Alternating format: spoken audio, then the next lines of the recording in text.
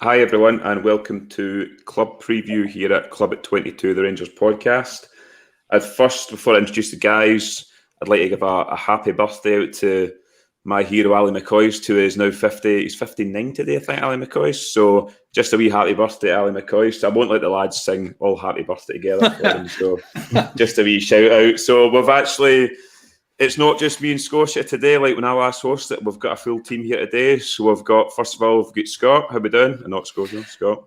I'm good, mate. Yes, I'm good. Back in Glasgow at long last. Happy to be back in my own wee corner in my room doing a podcast with you tonight. So, yeah, thank you for everybody for sticking with us over the past couple of weeks. Normal service will be resumed from now, I promise that. Yeah, no, you'll be glad to be back in Glasgow now. But we've also got Ryan as well. Ryan, how are you? All good, mate. All good. It's good to see everybody. Full house again, and happy birthday to Ali. I know he'll be watching. That's why I've wore this shirt tonight. This shirt reminds me of him. So, happy birthday, super. And Scotia, how you doing? Yeah, I'm good. Cheers, Ali. End of the week, football tomorrow, and the Ryder Cup's on as well. So I'm a happy boy. Can't wait. I can't wait to watch the Ryder Cup as well. So that's on my list tomorrow too, guys. No. Anyway, Jamie Lowe as well. Hello. Glad this is all done from our own houses and not the pub. It's like last time, Ali. To be fair, Jamie, at least I put a bit of effort in. I was trying to do it there. It wasn't great, to be honest, and I actually tried to get Scotia over at one point. Forgot I had my earphones in, and all you could hear was me shouting "Scotia, Scotia." So, yeah, maybe we stick from doing it in the house and stuff from now on. So, I listened back. You guys covered it quite well. So, thanks very much. I'm glad you approve of how me and Jamie covered the game. Mate. I appreciate that. I thought you've done all right for two guys that weren't there. I thought you've done all right, to be fair. So.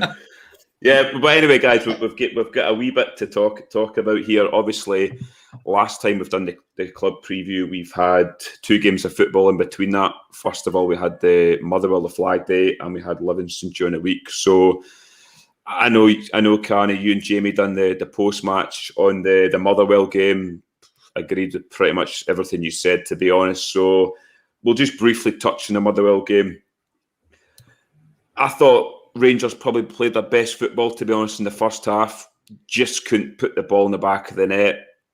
The second goal, to me, was always going to kill it. We came in at half-time, I remember Carney, me, you, your dad and Scotia were talking.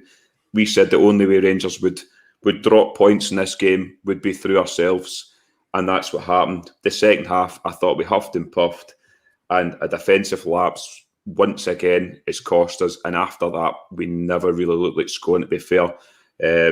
Motherwell with a lot of time wasting. We'll come on to that with the Gerrard presser today. But yeah, touching just on the game first, not in the Flag Day. We'll come on to that. So, Scotia, what was your thoughts on the performance that day? Yeah, you summed it up. Similar. Thought it was probably their best first half of the season. Although we looked a wee bit unhinged at the back at times. Came in at half-time feeling fairly good, and then I don't know what happened to us in the second half. We were atrocious, really. That's the slowest I think I've seen us play. We just let Motherwell grow into the game, and I don't know what the hell was going on with the goal, their equaliser. Our defence, all four of the defence were all over the place, and Simpson, he looked lost for that goal. Yeah, so really, really bad in the end after having such a good first half, I felt. Yeah, I mean, I thought we got out of jail in the first half with a route one long ball over the top, which we should have dealt with, and I think it was Goldson kind of got us out of jail. But we all looked when the team sheets come out, and Simpson was the one we all kind of said in the group chat, why is he playing, to be honest? Ryan, what was your thoughts on, well, we're talking about Simpson and on the game in general? With Simpson, I've not really jumped on the bandwagon in terms of, I think he's been getting quite a bit of criticism. I think he has looked a bit raw at times, but it looks like the criticism is just after that performance. I thought he was very poor. As you said, that long ball over the top. A couple of folk round about you were shouting for offside, and I was like, that's never offside. He's just lost his man there. The goal that they scored was like banter years defending, as Scotia alluded to. It's the four of them are are all guilty of it. To have let the guy come inside, I don't know what Simpson's thinking. He just doesn't make any sort of attempt to tackle. Goldson's is kind of half-assed. Barisic gets caught in the wrong side with his foot. He should have been swiping it up his right. It was not pretty to watch. I was content with the first half performance, but the second half, it just felt like it was a bit like the Malmo game. You felt as if you were in a strong position at half-time and we would go on and win the game, and then they collapsed. And for me, it is a concern, and it will certainly be a concern for the management team. Yeah, it's concerning, especially after last season, how good we were defensively. That this season at times, I think we look a shadow of last season at the back. Sometimes they look like they've not played together. I know we've not had a settled team in terms of playing the same 11 twice in a row. But Jamie, obviously we're nearly a week on. What's your thoughts? Have they changed in the game at all from your post-match with Carney? Just really, really frustrating looking back, and just such a missed opportunity. I was listening to you guys speaking there specifically about Simpson. We covered that in detail. Hasn't been surprised to see him start. I think it's a difficult one. We've obviously not seen a lot of him, and he's not played a lot of football. He's been in and out of the team. So he's still a young boy. It is a tough one, but he's obviously our fourth choice centre half. So. We'll see how things go with him. But I don't know whether Balogun was maybe carrying a knock or it was a tactical move to make sure he was then fit. There's going to be a lot of games coming up, and this is the thing with Helander being out. We're going to need to be reliant on Simpson, or do we make the call to bring Bassey in? Yeah, it's a difficult one with big Phil out at the moment, because Balogun, I think he's 33 now, Balogun. If he gets injured, Balogun, it leaves us really light there. And we've had a comment on the group on the chat there from Barney saying 2 points thrown away. Obviously, with Celtic losing at Livingston, which I don't think any of us would have predicted, to be honest, it was a chance to go 6 points clear. Carney, what's your thoughts? And obviously, do you agree with Barney in terms of 2 points thrown away? And is your views changed in the game at all? Not really. No, my views haven't really changed. I think it's a massive opportunity that Rangers threw away, and I said it on the post-match that when we done in the Carmine, Jamie, that we got out of jail because of the other results in the league that weekend. Obviously, none of us predicted Celtic to get beat. I certainly didn't, and it just. Look, it's not the end of the world, obviously, the fact that we drew, but I think it's more the performance and the manner that we let Motherwell score. That was the most frustrating and the most concerning point. I can't disagree with what anyone said. It just looked like we shut off. Everybody just in the defence kind of let Motherwell finish off their move, and we got what we deserved at that point. Obviously, we just throw 2 points away. As I say, it's disappointing. And again, I know we're going to come on to speak about Livingston, but there's still question marks hanging over the performance and our levels that we're not reaching as of yet. I mean, we're into the season now, we're up and running, so it's about time that we start to kick on and give teams like this a bit of a doon, especially Ibrox. Yeah, I mean, I think we talked just about after every game where we've put a performance in that, saying Rangers need to show a performance the next game, and it doesn't seem to come at the moment for some reason. We seem to get it in fits and starts in terms of they'll play well one half and the next half they don't show at all. But yeah, I mean, to me, it's been and gone. We've not lost any ground. We are a point further away from Celtic, if you want to say, they will be our nearest challengers at the end of the season. So it's disappointing, but we move on. But I just want to touch quickly on the actual flag day, in terms of we were all told to be at Ibrox in your seat 15 minutes before.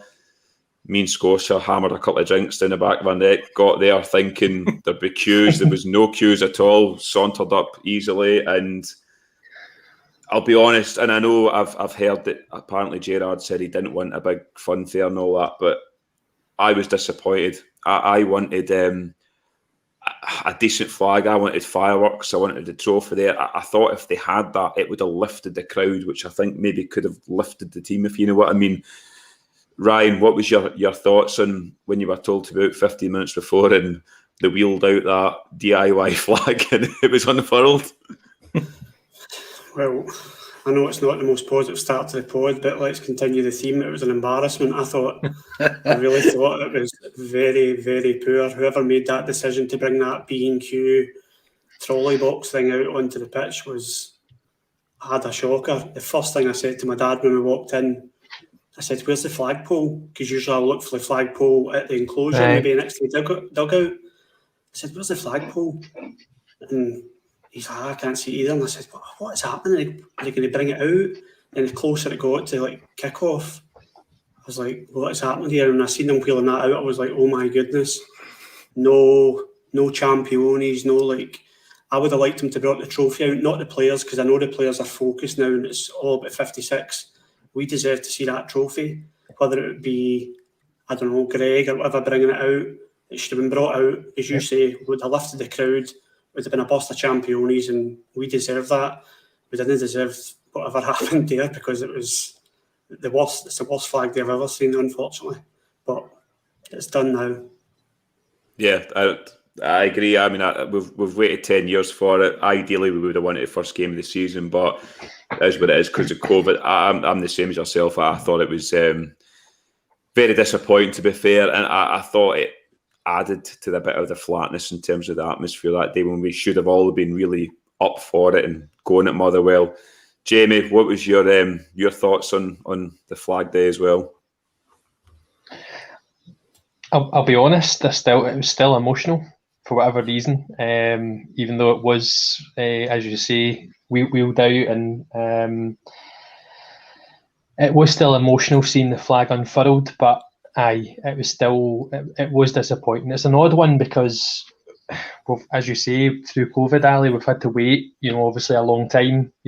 How many months ago was that? We were all round at Scots and having a cracking day, celebrating that title win. But I would have liked to have seen the trophy at least. I think that's a good point, as even John Gregg carrying it through.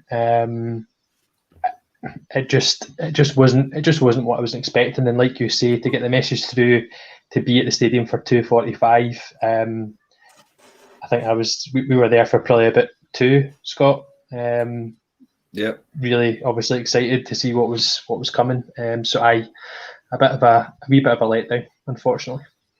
Yeah, me and Scotia could have definitely got another pint down us before that, if that was the case. So it was disappointing for us. But Carney, what was your thoughts on it? Yeah, I agree with Ryan and with Jamie there. To be honest, I think I was expecting a wee bit more. I don't know fully what I was expecting, but I was expecting a wee bit more than a cardboard box with a pole on it. Yeah, I got a wee bit emotional at the time, but as they were standing posing after they'd done the flag, I expected to see the trophy and it didn't come and they just walked off. I think that was the wrong decision not to at least have somebody bring that trophy out and stand with it. Even Douglas Park, get Douglas Park to lift up. If it's not going to be Gerrard, if it's not going to be Tav because they're prepped on the game, then fair enough. But somebody should have brought out the big silver shiny thing and waved it at us all. I don't think there's any doubt about it. But as what it is, Gerrard, obviously there's been reports that Gerrard didn't want to make a big deal out of it, but there should have been a wee bit more for the fans. But then again, it is what it is. As I say, it is what it is. I'm not going to be too upset about it. As the league flag is still home, I suppose that's the most important thing. But yeah, they missed an opportunity with not showing us the trophy, I think. Yeah, Scotia, you in agreement with the rest of the lads in terms of it was a slight anti-climax, to be honest? Yeah, underwhelming it was, yeah. I mean, some of the ones we had done in the lower divisions created a wee bit more atmosphere and it was a bit more a fun day. And it's ridiculous to say that considering this is the Premier League Championship. So I agree with all the points they made. I mean, Rangers took the decision not to allow, not to give Motherwell their away allocation as well to get as many Rangers fans in to see it. And yeah, it was underwhelming.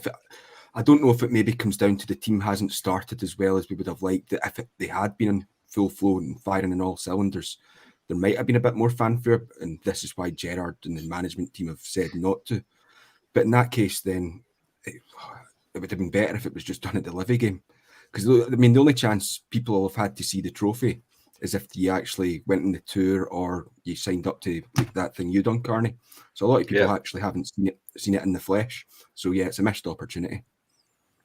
Yeah, it was very much underwhelming and an anticlimax, but it's done. I think now we draw a line under 55 and we go for 56 now. We can't be looking back in the past all the time. That's done.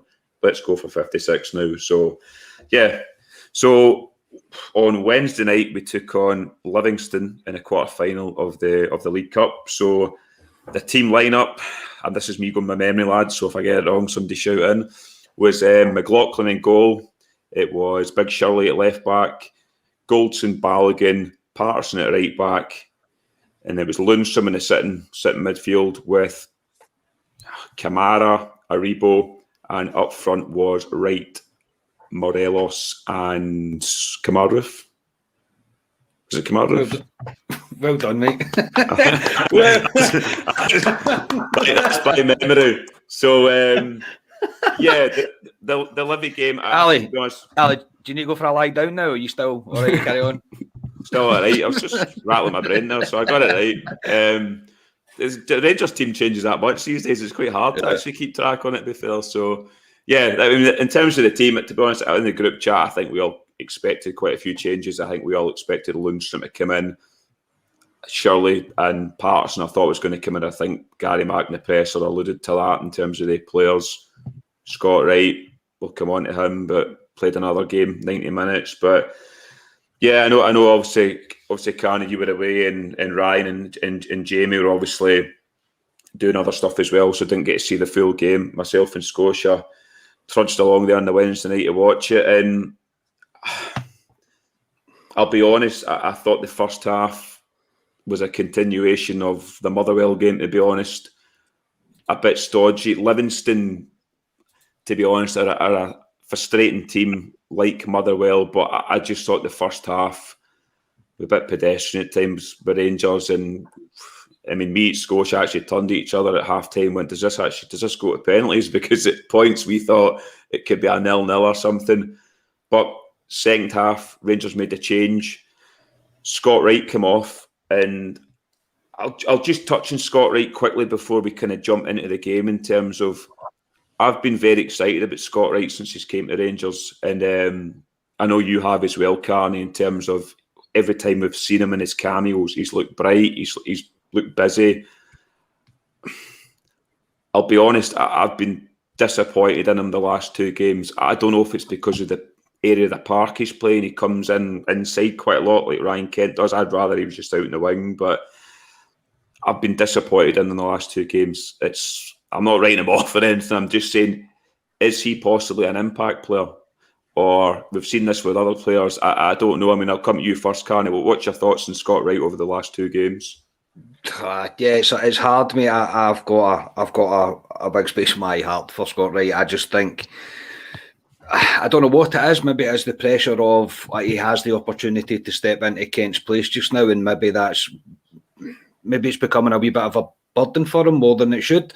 He hasn't been great, to be honest, in the past two games. Yes, he could be an impact player, but I also think it's the style of opposition that we're going up against. I think it's not all these games are going to suit him because he's very direct. I'm not sure he's got the flair as such as what Ryan Kent has or Aribo has or whatever, but I think he still needs more time. I think Gerrard will obviously stick with him. I think he's going to kind of have to stick with him considering Kent's going to be out for so long. But going on the past couple of performances, he's not been great. But as I say, I've got blue love heart glasses on for Scott Wright, so I'm probably not the best to criticise him, really. No, I'm the same. I'm just slightly disappointed in him. I think we kind of need to play him because he's the only guy that's really got pace in that front line for us, to be honest. But Scotia, what's your thoughts on Scott Wright over the last game and a half, because he only lasted a half against Livingston? Yeah, but it's not been his best. And you're right in saying that he's kind of running the risk of becoming a Nacho Novo-esque player where they make the impact off the bench. And when he started games, he's not really took that opportunity and made it his own, I don't think. Because, I mean, was it a Alice Kert, when he came on against Alice Kert, he kind of gave us the drive and impetus in that game. Whereas, the last game and a half, it's not been there. But a player can have a couple of bad games, so no need to write him off just yet. He's just not had the best last couple of weeks or week or so. Yeah, I mean, he's only really played a game and a half in terms of when he started, and you class him as a winger. That they can be inconsistent at times. But Ryan, what's your thoughts on Scott Wright in the last game and a half? Like we said, I think we've got to remember Scott Wright's a project. I mean, he was brought in from Aberdeen. I was going to say all due respect to Aberdeen, but no, fuck Aberdeen. He's came from them as a project, and obviously, and Gerard said that, and they've obviously focused on his physique and stuff. So he's not a finished article. And as Scotia said, every player's going to have a bad game. I think we just persevere. He's going to play, especially with Kent out just now. That probably gives an insight into what my lineup's going to be tomorrow. But I definitely think we'll see better games from Wright, more better games than poor games. That's for sure. And Jamie, what's your thoughts on Scott Wright? Did you think it's maybe just the opposition we've played the last two games, or do you just think he's been off it, unfortunately? I think he's been okay in flashes, honestly, as in his end product hasn't been there, but his link-up play has been good. I think there's been elements of his game, like you say, he brings a lot to the table in the sense that he's got a lot of pace. I think obviously the chance getting put through one-on-one with the ball over the top from Goldson, he never done well with that, but as Ryan says, he is going to be a project player. He's someone that we've taken from another team in the league. He's got potential. He's definitely got something to bring. But the past. Oh, I think we've lost Jamie there in mid-flow. Yeah, I think so. Yep, Jamie's gone again. So yeah, we can thank Jamie. I think we get the grip of what Jamie was saying there. But yeah, I mean that's pretty much. I won't dwell on what the first half was like because it was a bit of a non-event, to be honest. But me and Scotia were sitting at half-time and both mentioned one man's name. I know he's Scotia's favourite player currently at Ibrox, and that man was Hagi. And it took him all of 2 minutes to come on, set up Kamara roof, and Rangers go 1-up. At that point, I turned to Scotia. In fact, we both turned to each other and went, he's an extremely intelligent, clever player. A lot of players at that point would have had a shot or blasted it. No, he looked up, played the ball across, and there's Kamara to score. Scotia, as he's your main man at the moment, what was your thoughts on Hagi coming on and changing the game? It wasn't Hagi coming on and changing the game. It was me coming down to sit beside you at half-time. That as well. That worked as well, yeah. Yeah, no, it always used to seem to work a couple of seasons ago. Yeah, no, you're rightly saying. Hagi is that. He's that intelligent player that we need, that he links midfield to attack. Just get that wee bit about him. He's more physical this season as well. He's so determined that, Gerard's press conference, you'll come on to some of the stuff that he was saying, and Hagi's own one as well, gives you the insight into the type of player he is. He obviously, something came out today as well, that he paid for his own private jet back to Glasgow, so that he could be back and, ready to play as soon as possible. So that says everything about him. And yeah, I love him at the moment. Wouldn't drop him. Would have him play him every game if possible. Yeah, I mean, I know, Ryan, you saw bits and bobs of the game, but just in terms of Hagi, to me, I think he's that wee missing link we've been missing the last couple of games. That one guy that I know he can be frustrating in terms of he can be non-existent in a game for times, but he can just come alive with that one moment and it creates goals. I mean, you look at his assists last season, I think he was the top assister, obviously. Maybe Tav was, but what's your thoughts on Hagi and going forward? Do you think he'll be a big player in this Rangers team? Yeah, I think he will be. I think he's the one player that gives you that ball through the middle. I think if you look at the way Davis, Kamara and the rest of our kind of centre midfielders play, probably take a reboot at that equation, but I think Hagi gives you that, something different.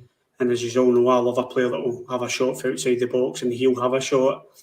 But he's an intelligent player in that final third, and especially when we're playing against teams that do that. I hate using this phrase, low block, but when teams play that, he is the boy that you would expect to unlock these teams and slip somebody in. But again, I kind of put him in the same bracket as Wright. He's a project as well. He's not the finished article yet. I think there's more to come from Hagi. I think he'll get better, and especially under Gerrard. And Gerrard likes when I think he said in his presser today, Hagi's obsessed with getting better. And I'm sure Katic was the same, said something about Katic being like that. Gerrard likes players who are pushing themselves. So obviously, he comes under that category. So I think he'll only get better under Gerrard. So yeah, he's in my team every week if he's fit. Yeah, I mean, I think we see big improvements in Hagi. I think even his stature in terms of, I think he looks stronger now. He looks more physical. He's not shy of a tackle, Hagi, either. When you see him, you'll put a shift in. But Carney, he changed the game instantly. Hagi, what's your thoughts on Hagi in terms of that second half and going forward with Hagi? Well, I think because Scotia loves Hagi so much, I'm trying to figure out what we can do to, if Hagi does a certain something, then Scotia has to get his hair cut like Hagi. Oh God, I think it would quite suit him. So I'm trying to figure that out. Look, I said it on the post-match, as I said, but my view of the game was not the best. I was watching it on my phone. I missed the majority of it. I did see the whole time Hagi was on the park, mind you, and I didn't realise we missed Hagi, if that makes sense, in the nicest possible way. I didn't realise that we were kind of missing his ability to take control of a game and make them wee passes and bring his intelligence to the game. I think Yaris Hagi's a massive player for Rangers, and I think he's only going to get better and better.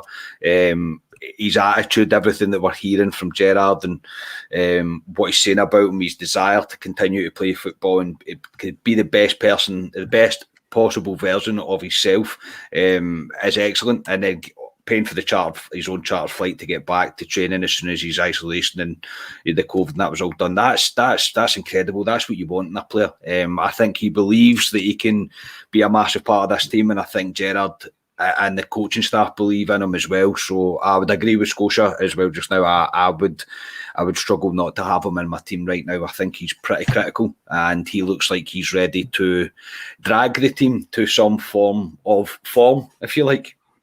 Yeah, no, I mean, the way we've all just talked there, I think that's possibly a big clue in our teams for the weekend. Obviously, I'd imagine we've all got Hagi in that team for the weekend, but yeah, after that, the second goal obviously came for the Livingston goalkeeper, who, I'll be honest, the first half had a couple of these with the balls at his feet. Didn't look handy with the ball at his feet at all. They tried to play it for the back, Livingston, for some reason. I don't know why, because they're not good enough to do it. Came back to the goalkeeper. He tries to play at the centre half, makes an arse it, straight to Alfie. The moans and the groans and the Ibrox at that point was shoot straight away, Alfie. But no, Alfie being Alfie, checks round the defender and lashes in the back of the net. And at 2-0, like we said against Motherwell, that second goal was crucial and it killed the game completely. I'll come back to you, Carney. What was your thoughts when the second goal went in? I don't know what that and I don't know what the hell that keeper was doing. I mean, they'd already been caught out once before with the one with Alfie won the ball back and squared it to Kamara, I think. Obviously, Kamara's finish wasn't great, but yeah, it's just a ludicrous pass to try when you've got somebody like Alfredo Morelos pouncing about. And it's good to see Morelos getting a goal. Goals help Morelos. It helps his confidence. It helps his his appetite in the game. It helps him get right stuck in and really get to his kind of best form. So yeah, I'm always happy to see Alfredo Morelos score. And yeah, when it went in, it was thank God it's 2-0 and the game is over. Really, at that point, Livingston were never coming back. Yeah, to be fair, when he scored and he slid in the knees and did the trademark celebration, I did look up your seat, Carney, and because I wasn't there. I know you weren't there, and your dad wasn't there. But every time Morelos scores, I always look up at Carney's seat, and we always do the Morelos celebration. But Scotia, obviously, you were beside me at this point, and when it fell to Morelos, I think we were both the same in terms of hit it, and he goes round the defender and lashes it. What was your thoughts when it went 2-0 at that point? Yeah, happy days, really. As you say, Livingston now have to come out. It's a cup game. It's not a league game, so it's not as if they can still sit in and just consolidate a 2-0 defeat. They need to come out and actually try and have a go at us. So once that went in, I knew we were home and dry, really. And what Stryek was trying to do, oh God. I read a report that he was fantastic. Man of the match. And I don't believe that. But I certainly don't remember him being man of the match. I'll tell you that. Yeah, I mean, I had a few decent saves, to be fair, but with the ball at his feet, he was not good. I think he should just stick to route one with that ball, to be honest, in terms of what these teams mostly do. But yeah, Ryan, I know you didn't see much of the game, but I don't know if you got to see this goal, but it just shows when Rangers get that second goal, like we should have got at Motherwell, it just kills these teams. What was your thoughts? Yeah, it's a massive thing for us getting the second goal. I think that was played a big part in us winning the league last year compared to probably Gerrard's first couple of seasons. There was so many games where we didn't get that second goal. It's crept in obviously this season with the Motherwell game. So I was glad to see they've got the second goal. I did see the Morelos goal you're speaking about, and as Scott said, I think when Morelos is scoring, if you've got a happy Morelos, you've got a dangerous Morelos. But if he's frustrated, he can be useless at times. So no, I'm glad to see he was on the score sheet.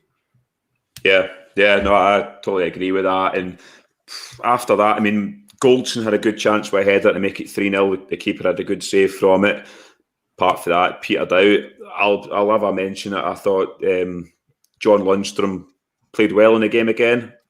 I still don't think the Steve Davis role was the role for him going forward, but I thought he played well in it. He was neat and tidy, kept the ball moving. I thought he was decent. Obviously, Bacuna come on, Sakala come on. There was nearly a point when Scotia got his Bacuna-Sakala assist and him scoring so he could sing that song, but it didn't quite happen. But I thought it was routine, to be honest, during the week for Rangers. And obviously last night it rolled into the semi-final draw last night.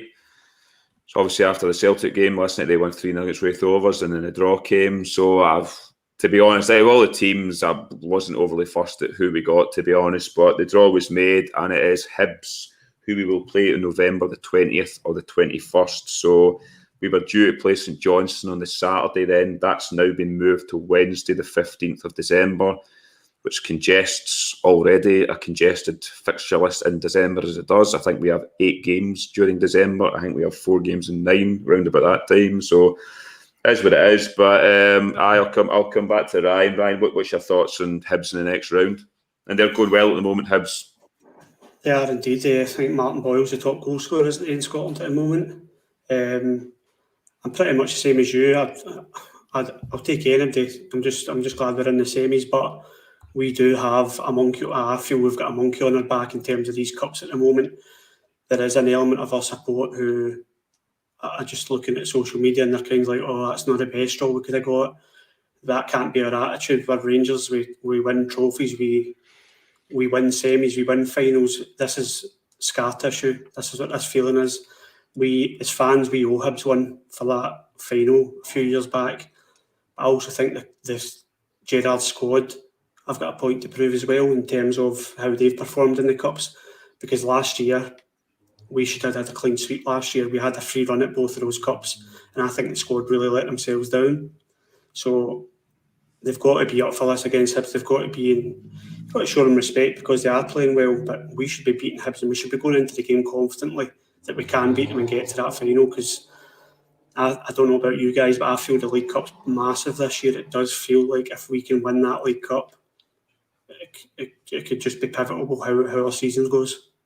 Yeah, no, I agree. I mean, the League Cup final, obviously, I think it's the 19th of December, so it's before the turn of the year. I think I agree with you. I think if we win that, we can just kick on and go from there, to be honest. But I mean, I'll be honest, in terms of drawing Hibs, I don't mind playing Hibs because, to be fair to Hibs, to give them some sort of credit, they'll come out and play football against us. I don't think Hibs will sit in. They'll play football against us, which will suit us. So, Carney, what's your thought on the draw? I can't disagree with what Ryan said. It doesn't matter who we get. It makes no difference. We should be confident against kind of most teams in the league. We shouldn't be worried about who we get. As I say, obviously people can immediately just draw to, oh, it would be better if we get St Johnstone.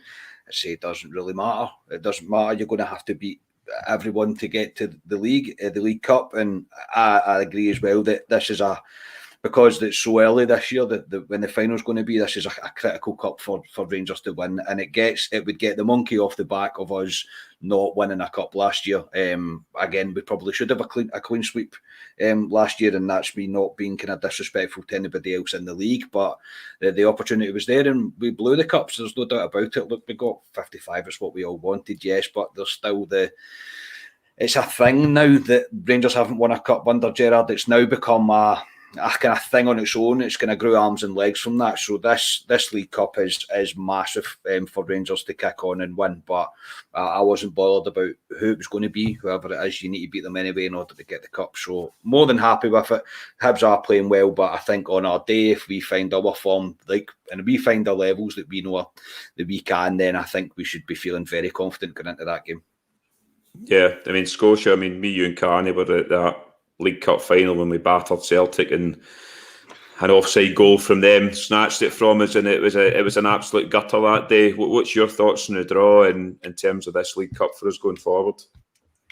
Yeah, that's the same. Didn't care who we got, to be honest. Michael Stewart said something after the draw, which I tend to agree with, and I hate who gives a monkeys about him?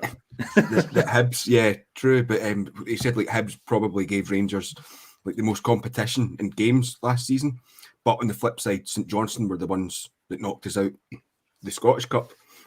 So I didn't care who we got. The only downside to getting Hibs potentially is I imagine that it will be a 50-50 split in ticket allocation.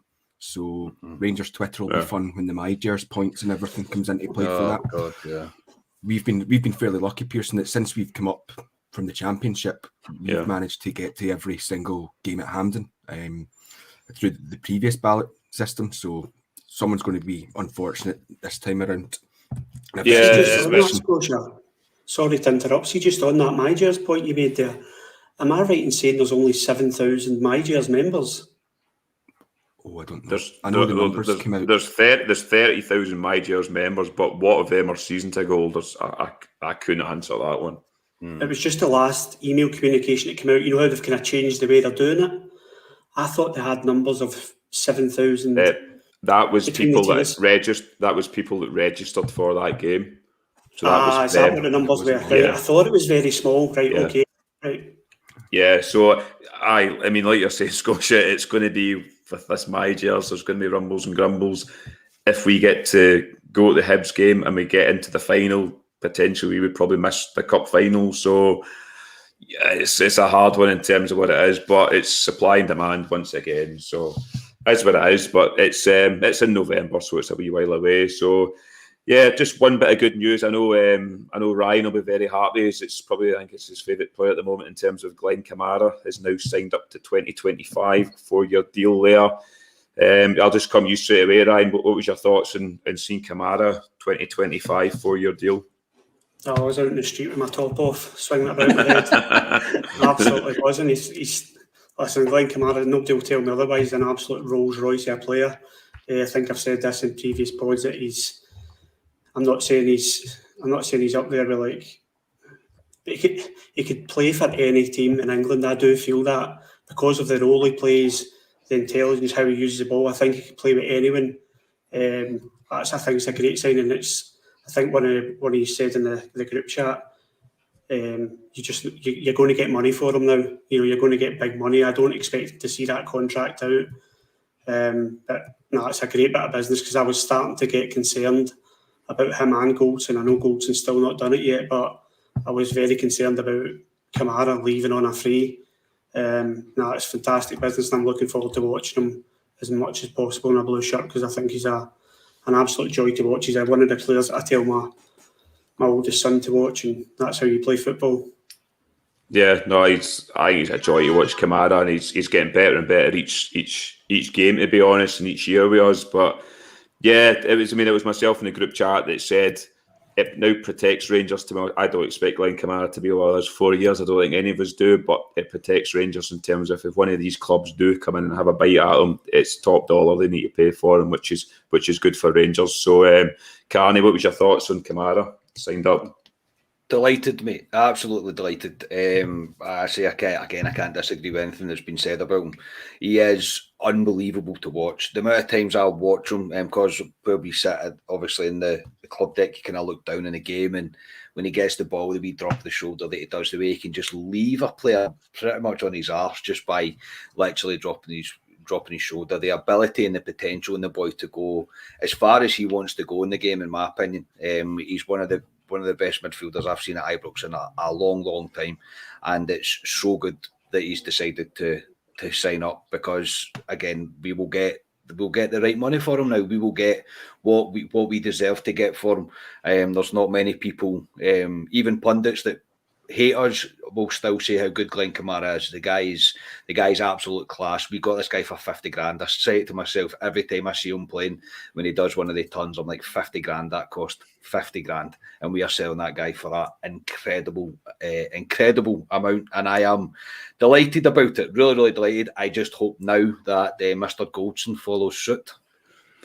Yeah, I think maybe the Goldson chat's one for another day. I don't know what's going to happen with Goldson, but I agree with Ryan in terms of Kamara. I think he could play anywhere he wants. I just think he would slot in any of these big teams in Europe. Scotia, I know you've mentioned Italy before, because that's your favourite country in the world, Italy, in terms of you like the Serie A. But what's your thoughts on Kamara? Yeah, the same as Ollie is really. It's absolutely brilliant news that he's signed that extension to his contract. It protects us in terms of a financial benefit from selling him on, because, as you say, I do expect that will happen at some point. So yeah, I can't really say. I would just be repeating what you have said, really, and hopefully more follow. But that kind of leads.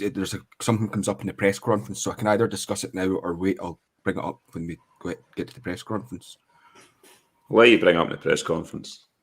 Right, no worries. Just sat down there. The control. Yeah. So just sorry. quickly, Ali, sorry. As you can see for people that are watching on the screen, Jamie is having an absolute nightmare with his Wi-Fi. So he's joining in the comments, which is absolutely brilliant. Yeah, Jamie needs to go on to the Wi-Fi company pronto, because I use the same one as him and it's so good. So Jamie's probably not returning tonight. That's just putting that out there. But thanks, Jamie, for getting involved, mate. Yep. I heard he was doing a Ryder Cup podcast. He's probably, mate. He's probably away to watch a golf. He's probably sick of listening to us, right? And he's away to watch a golf. To be fair, I agree with Jamie's comment that he's wrote in there as well. So no, I agrees with the rest of the lads there. But no, Scotia, you've rolled on nicely. Well, it's the Dundee build-up. It was straight into the presser today. Have all the lads watched the presser? Maybe that's why Jamie went off, because he didn't watch the presser today. So maybe that was the reason behind it. But yeah, it was today was Gerrard, and it was Scotia's favourite pal Hagi as well. But again, same kind of questions. Gerrard was asked in terms of the Dundee game. Says it'll be a tough game, need to be ready. But they feel they're in a good place at the moment, especially during the win during the week. He was asked about injury news. He says there's no injuries. They're kind of settling down, Rangers, in terms of the team selection now. On Kamara, I'll let you come in now, Scotia. He said he's important to keep in terms of best players. Fits into our style and basically how he was schooled at Arsenal, and also he did give a mention to Neil McCann at Dundee. So yeah, Scotia, I'll bring you in at that point in terms of Kamara, in terms of your point. Well, it wasn't to do with Kamara; it was to do with the contract. Question at Mark Dingwall last later on, so carry on. Well, that was seamless, absolutely seamless, lads. That was great. I thought you could have told us that. Oh, Christ, Scotia. Well, you might as well tell us about the contract now. Then you might as well. Yeah, well, Mark Dingwall had asked a question about the contract situation to Gerrard, and he was kind of saying, he really lets Ross Wilson deal with it, and it's up to the players and giving them good offers and respectable offers. But I had a wee look at it. Obviously, Goldson's still to sign, which hopefully he does, his extension, because he runs out the end of March 2022. You've also got Arfield, Davis, Defoe, Balogun, McGregor, Barker, McLaughlin and Firth, all coming at the end of their contracts at the end of this season. And then in 2023, you've got Kent, Morelos, Aribo, Jack, Helander, McCrory and Kelly.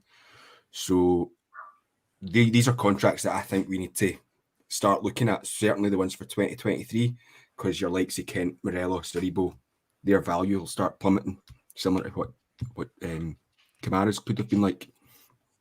Yeah, I mean, to be honest, I think Ross Wilson, the guys behind the scene, will be at that at the moment. I don't think they're going to let all them run down at all. But I completely understand what you're saying, Scotia, in terms of there's a lot of key players in terms of assets there that you'll want to tie the assets down, like the Kamara deal, which I'm sure that's what you were linking that to in terms of we need to tie these guys down so we can sell them for top dollar. So, yeah, so he basically, after that, he went on to Hagi. In terms of Hagi, he says we knew the talent when we brought him in terms of what we were buying.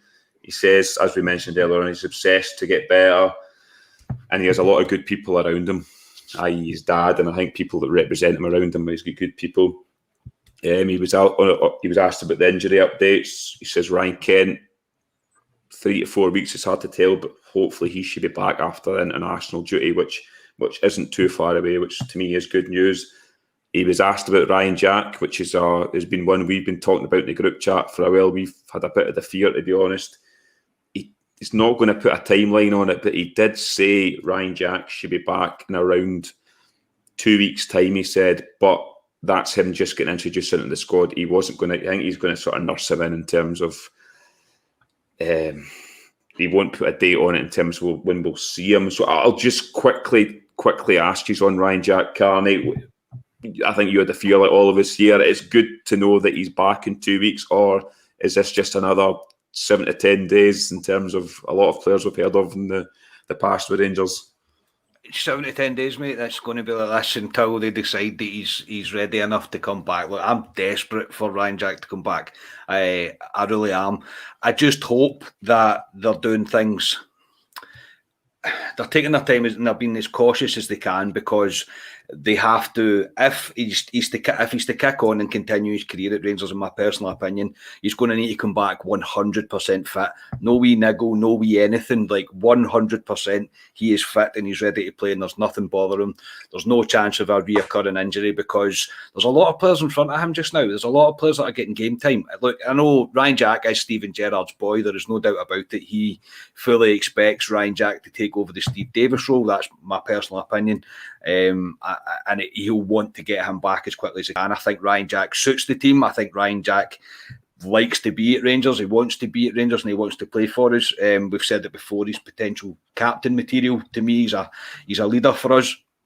But yeah, I think I'm hoping that the reason that they are being so cautious about it is because obviously you had that operation, so any kind of wee sort of niggle, we'll take precautions with it and just make sure when he comes back he has to be 100% on the mark and ready to absolutely go. But yeah, I think it'll be 7 to 10 days, mate, until they decide he's ready. I think that's all we'll hear.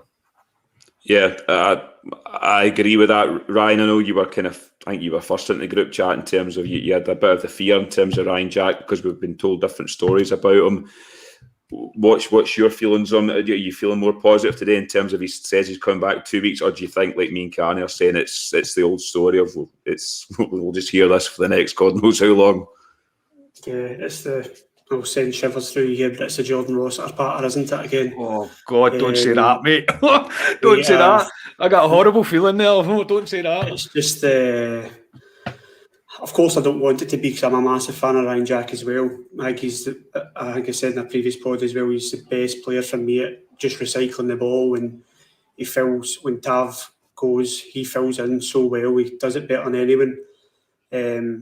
He also is a hard player. I like a player like puts a hard tackle in.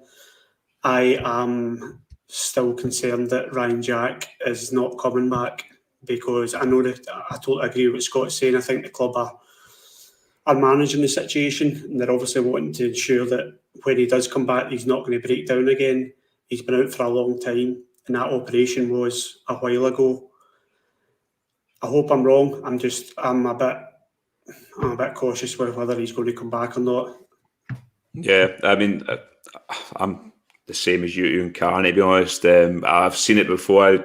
Carney, you mentioned Jordan Rossiter there. I'll give you another one that will send shivers down your spine. John Eustace was another one where we were told the same one. The only time I seen him was sitting in a portal cabin, but we never actually got to see him. But Scotia, you're the positive one on the pod here. So what's your thoughts on Ryan Jack? Do you think we'll see him? Yeah, I don't know. I think he will get back eventually, and he should be given time. I think the club have changed tact slightly.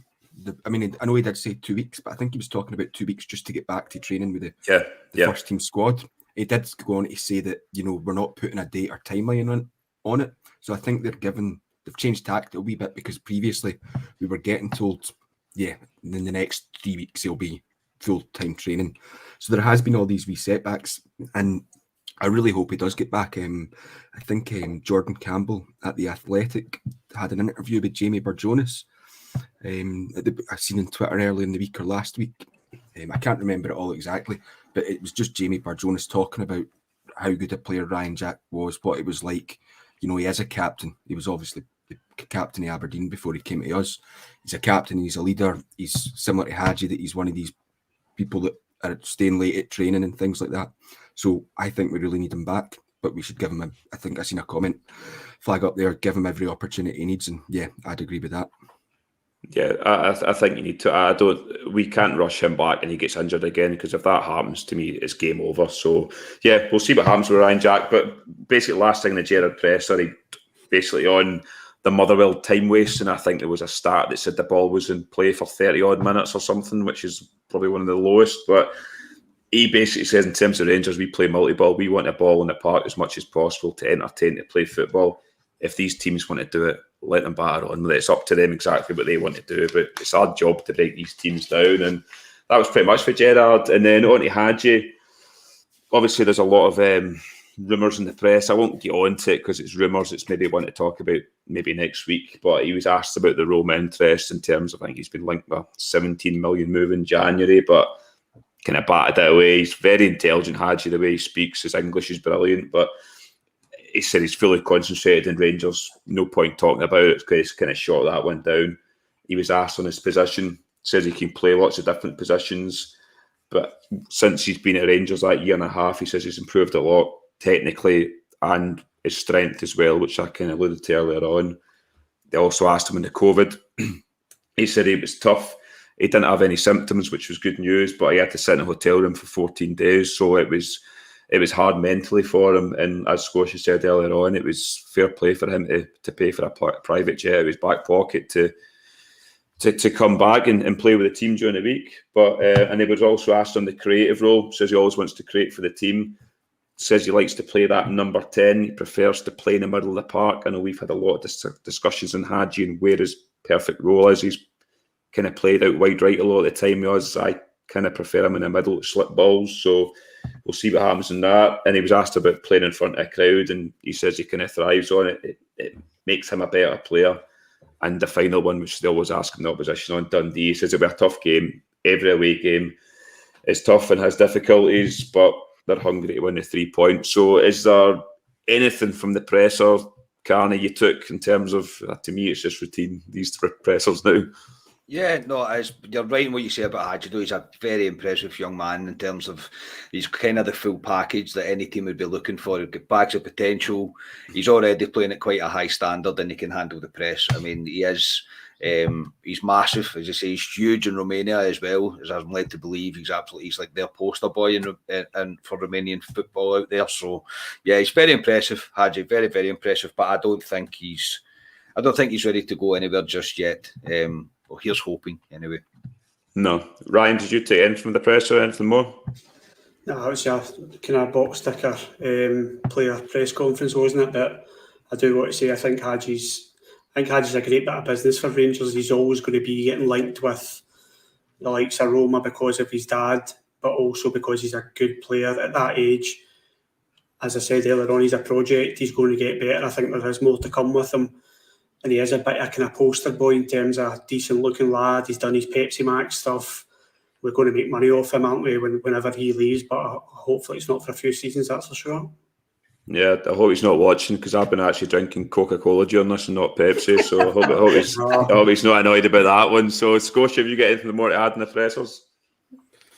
No, I really like Hagi's one. Hagi comes across so well. He's obviously, all his life, he's been in the spotlight, given who his dad is.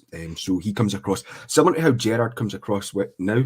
He can handle the press really well because he's so ingrained into it. So yeah, I can't say enough about the guy. Really like him. So I agree that he put the point he made about playing more centrally that he can. And he did make a decent point that it depends on the opposition, which is completely true. You know, most people would maybe just come and say, "Oh no, I want to play there," but he's wise enough and intelligent enough to know that in some games he might be better out in the right side.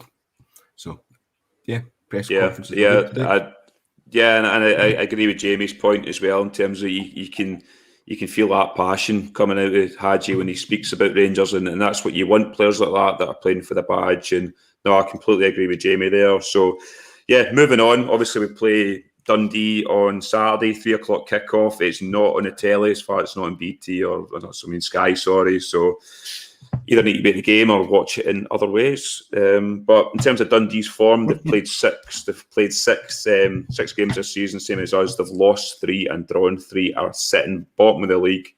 They've only scored 4 goals and conceded 12. And have a player up front that we do not like, who enjoys kicking flares into opposition crowds as well. So, yeah, it'll be an interesting day if that player plays tomorrow, which I expect. So, just quickly touching on the game tomorrow, Scotia, what's your thoughts on obviously Dundee's form, and what do you think in terms of Rangers tomorrow? And can you give me your team as well? All right, I'll go through it all. Yeah, Dundee's form has not been great at all. I think they've only scored 4 goals in the league this season. And I think that last goal came, I think Charlie Adam took off injured a couple of games back, and he's touch and going whether or not he'll make the game tomorrow. They've also got Jason Cummings. So a few familiar faces from them. I've not seen them play, so I don't know how bad or not they are. I know they get hammered off Celtic. But that was kind of to be expected. That's, yeah. I'm thinking it's going to be fairly comfortable for us, to be honest. We're away from home. I think sometimes we can play better away from home. The crowd maybe not been in the back so much, not as many grumblings if things aren't going our way. There's maybe a wee bit more freedom for the team to play. So what's your team? Yeah, so going to my team, there's 3 positions that I'm 50-50 about because of the game on Thursday against Sparta Prague, but I think it will be McGregor. That's one of the positions I'm unsure about. Backline of Tav, Goldson. I think I bring Simpson back in. Oh God, for this one. And Barisic. The reason I'm bringing Simpson in is because it's likely that Balogun and Aribo will be away at the African Cup of Nations in January, so they're probably going to miss about 5 games for us. And Helander won't be back, so I think we need to keep Simpson playing because he's our only other centre back. Right, okay. Right, who's your midfield to front? Kamara, Davis and Hagi. Did consider Lundstrom, and then up top I've went Ruth, Morelos, Aribo. Okay, no Scott, right? Okay. I'll come to you, Ryan. Any thoughts on the Dundee game? And again, your team as well. I think there'll be a lot of focus on that striker you'd mentioned for Dundee, but I hope it's not all about him. I want to pump Dundee tomorrow because they've gave him a chance. I think it's pretty disgusting that they've gave that guy another chance in football. But moving on, we should be comfortable tomorrow because Dundee are at the bottom of the league for a reason. I think their top goal scorer, I might be wrong, is Cummings with 2, which is only 1 less than Kyogo, believe it or not. But so I don't think we've got anything to fear. I fancy strongly tomorrow for a few goals, and I agree with what Scotia said in terms of the crowd. I think Rangers sometimes play with a bit more freedom away from home. Onto my team, it is McGregor, Tav, Goldson, Balogun, Bassey, and I want to say that I think Bassey should be playing because I think he's starting to offer us something different that Borna doesn't, with his runs coming inside. And I think Borna could take, I think Bassey could take something for Barisic in terms of his crossing, but I think Borna needs to up his game in an attacking sense because all he's doing at the moment is getting the ball and looking for that early cross. And I think he's got to offer something coming inside, and then Bassey's doing that. So that's why I think he'll play. My midfield's Davis, Kamara, and Aribo. And then up front, I'm going Alfie, Wright, and Hagi. And Roof's on the bench. 3-0 Rangers. Okay. And Jamie's, just quickly before I come to you, Kai, Jamie's put his team in as McGregor, Tav, Goldson, Balogun. He's got Barisic at left back, Kamara, Davis, Aribo, Hagi, Alfie and Roof, and he's going for 3-0. I'll come back to you in terms of that. But Carney, what's your thoughts tomorrow and your team selection? Yeah, I've just quickly looked back what you were discussing there, Dundee's run so far this season, and it's not good reading, to be honest. They are really struggling, to be honest. Yeah, they're not playing great. I fully expect Rangers to get the 3 points tomorrow. I fully expect a Rangers welcome for a certain player in that team. Then he fully deserves it, and I'm looking forward to the game. In terms of my team, I'm going to throw a curveball in. I'm going to go McGregor, Tav, Goldson, Balogun, Bassey. I'll agree with Ryan. Davis, Aribo, Kamara, and I'm going to put Bacuna, Morelos, and Hagi. Ooh. Well, I like that. Because he's been playing them kind of wide left. I didn't know where he was going to play Bacuna. So he might give him a chance tomorrow to start. And if he's going to play him out the wide left, so I'll put Bacuna in. Yeah, I thought when I re-signed Bacuna, I thought he was more of a in the middle of the park player rather than out wide. Because I've seen him for Huddersfield in clips, and that's kind of where he plays. So interesting to see. But yeah, my team tomorrow is McGregor, Tav, Goldson, Balogun. I think Barisic will come back in. Davis will come back in. Kamara, Aribo. I think he might stick with Scott Wright just for a bit of pace. Alfie and Scotia's man Hagi. So we'll come on to scores. Obviously, Jamie said 3-0. So I'll ask you for a score and a first goal scorer. So Carney, I'll come back to you. What's your score and first goal scorer? 3-0 Rangers, first goal Bacuna. I like that. So you can sing the song, eh? Bacuna Sakala. Well, Sakala won't be on. If my team's like Sakala won't be on. Yeah. Ryan, again, what's your score and first goal scorer? I'm going 3-0 Rangers and Joe Aribo to score first. Okay. Scotia? I'll go 4-0 Rangers and Roof to get the first one. Positive scorelines. I'm 3-0 as well. That's what I had. And my first goal scorer is Alfie. So, yeah, I think that is pretty much, lads, everything we have summed up. That was quite a slightly longer preview, but we did have 2 games to preview. There was a couple of talking points as well. So, yeah, I would like to, obviously, first of all, I will thank Jamie Lowe for attempting to be in the podcast at the beginning. He's been in the group chat as well, which is good of Jamie. He's not just disappeared and watching the telly now. So, thanks for Jamie to interact in the group chat with the rest of the other guys as well. So, yeah, just going around the panel who have had. Carney, I know you've had a couple of stressful 2 weeks, but you're back in Glasgow now. But, yeah, thanks for coming on and being my number 2 tonight. No, not a problem, mate. Yeah, it was stressful in terms of trying to get podcasts arranged and getting Wi-Fi good enough to be able to do them. But yeah, as I say, I meant 2 weeks I was away with work, but back now, everything will return back to normal. Of course, we will bring you a reaction tomorrow. It will be me, probably, most definitely, with somebody else. We'll sort that out probably after we've finished this pod. But yeah, thank you everyone. Thanks for the comments as well, for everybody getting involved. And yes, Jamie, thank you. Time to phone your Wi-Fi company, mate, and get a complaint in. Yeah, and thanks to Ryan as well. I bet you've got that you're looking forward to tomorrow as well, like the rest of us. Yeah, can't wait to watch Rangers tomorrow. Hopefully it's 3 points and we start to kick on because we need to. And I'm also looking forward to listening to Jamie's Ryder Cup podcast, which he's apparently doing that at this moment, and he's double booked us, so that should be decent. Yeah, I can't wait. He's Ryan. He will be furious at you saying that. Surprised he's not rattling that group chat at the moment. But yeah, and Scotia as well. Scotia threatened that he might not come to the pub tomorrow to watch the game because the Ryder Cup was on. But I'm sure the pub will have the Ryder Cup on for you. But yeah, thanks for your time tonight as well, Scotia.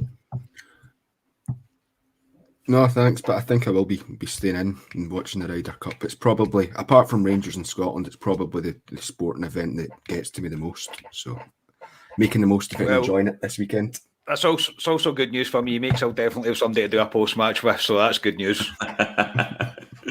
Yeah, Yeah, no, thanks very much, lads. But we plug, obviously, thanks for everyone in the comments there. But yeah, we're very close to 1,000 subscribers, and like I said, when me and Scotia were on, when we hit the 1,000, Scotia has taken all the lads out for a night out, all expensive paid, just like Hagi into that plane. So if you could subscribe, share, we would appreciate it. Find us on all social media platforms, on Facebook, Twitter, Instagram. We're also on TikTok as well.